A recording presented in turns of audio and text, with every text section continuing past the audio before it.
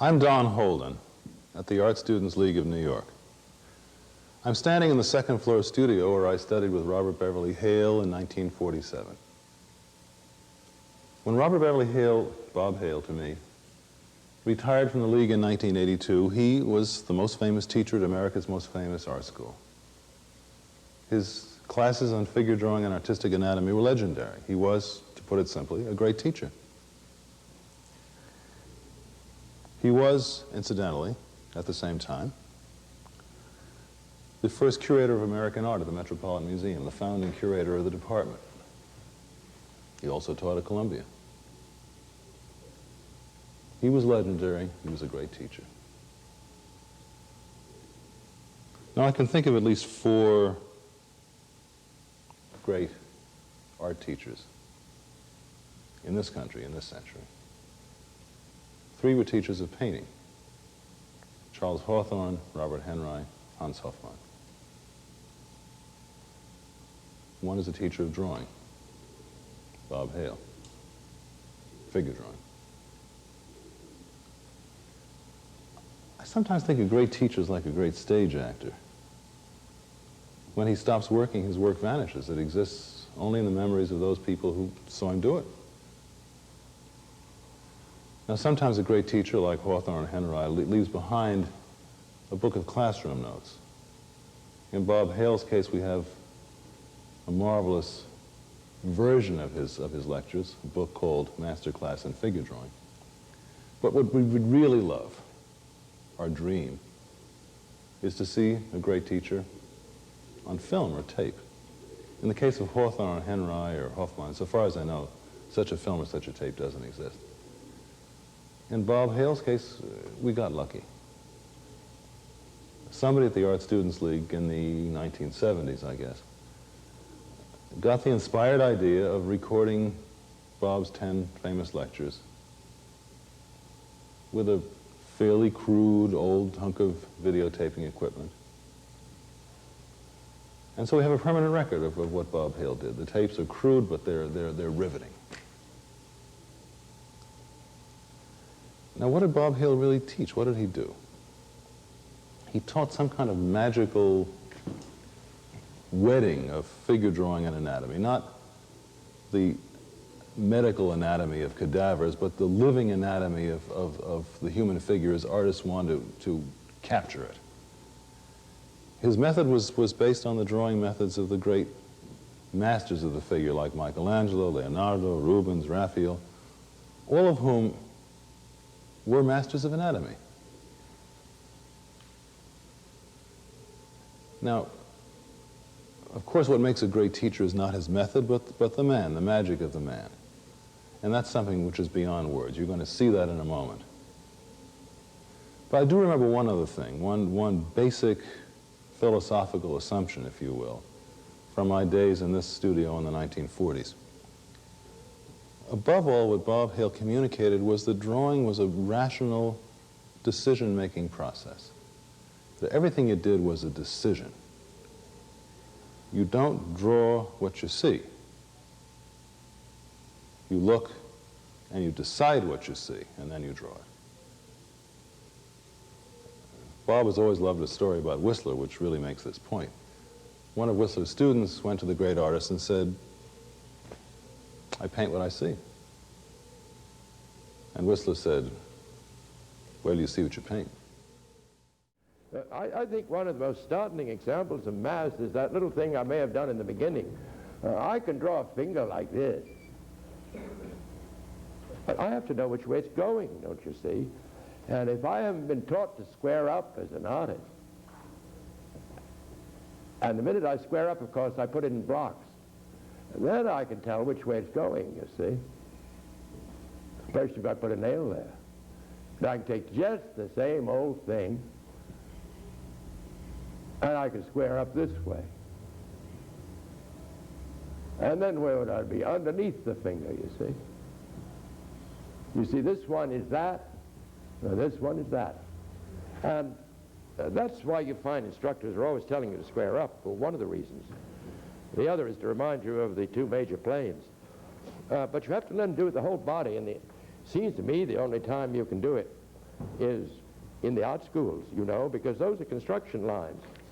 And you don't want to mess your drawings up with them after you grow up, you see. So get them so they're second nature, this squaring up. Of course, they're directly related to perspective as well, you know.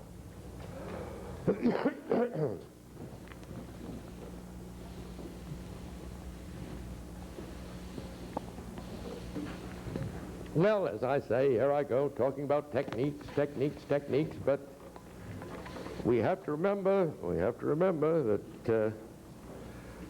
there are many other things in art besides techniques. And somebody once said, "Mine eyes have missed the glory of the coming of the Lord. I was searching through my pockets where my visual aids were stored." You see, that shows you what techniques get you. We have to get these techniques so that they are subconscious and automatic and do not overwhelm us with their importance.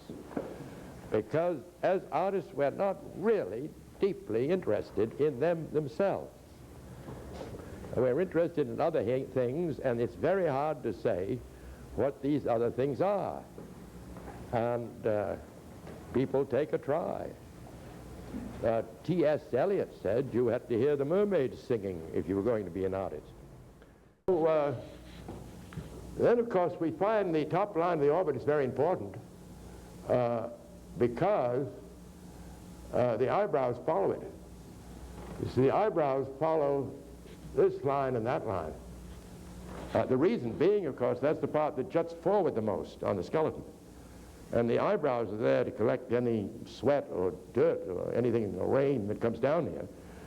And it's led to the side of the eye, you see. It doesn't get in your eye. They're functional.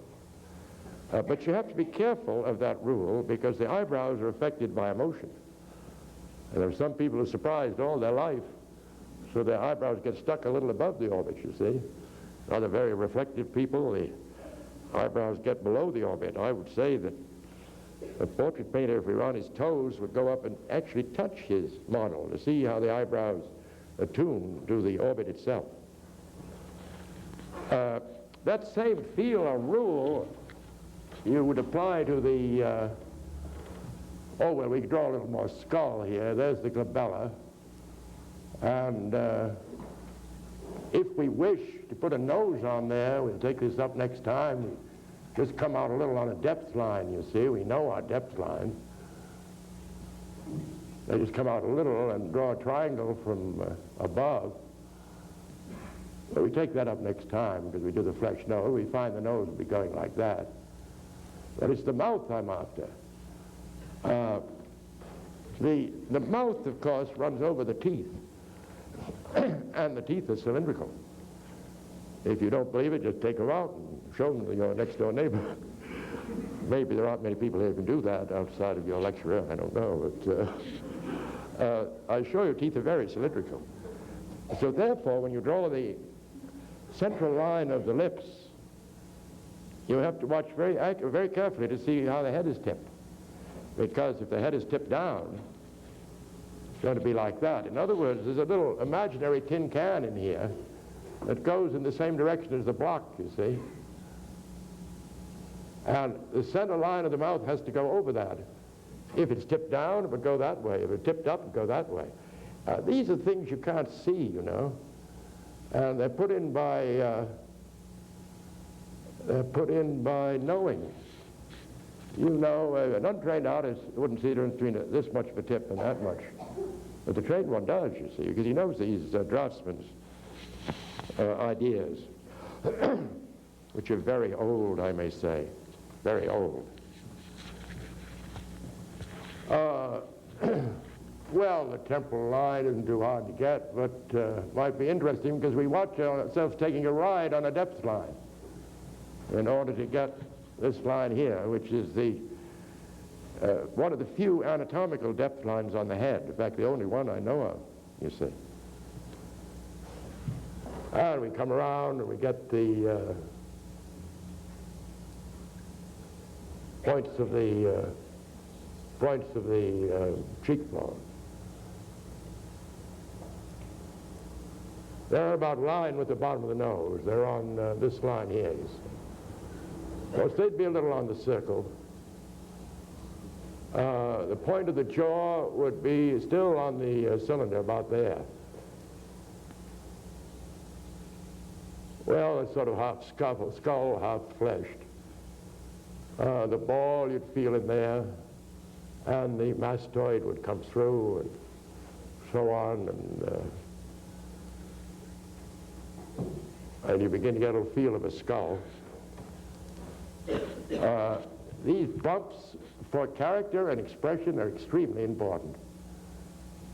The inner supraorbital and the outer supraorbital and the frontal eminence. Of course, the skull won't have any widow's peak, but there'll be a change on the plane there, as you can feel as you come down and go over. This point of the cheekbone, which frankly we get on a height line from the, just between the orbit and the corner of the eye, you know. So that shows you how you use these lines for draftsmanship. You see, you have height lines, width lines, depth lines. Just drop a line a little outside the corner of the eye, get your point of your cheekbone. That's very valuable on this side, because when you're drawing a fleshed head, it's awfully hard to come down here, you know. But you know that point will be on the outline. Well, that's half fleshed, half dead. Well, I think our time is about up, and as I say, it's all, these are the facts, you see. But they're true enough. You've just seen Robert Beverly Hale's lecture number 9 on the head, one of 10 lectures on figure drawing and artistic anatomy. We hope you'll join us for the next lecture in this series, lecture number 10 on the head and features. This is Don Holden at the Art Students League of New York.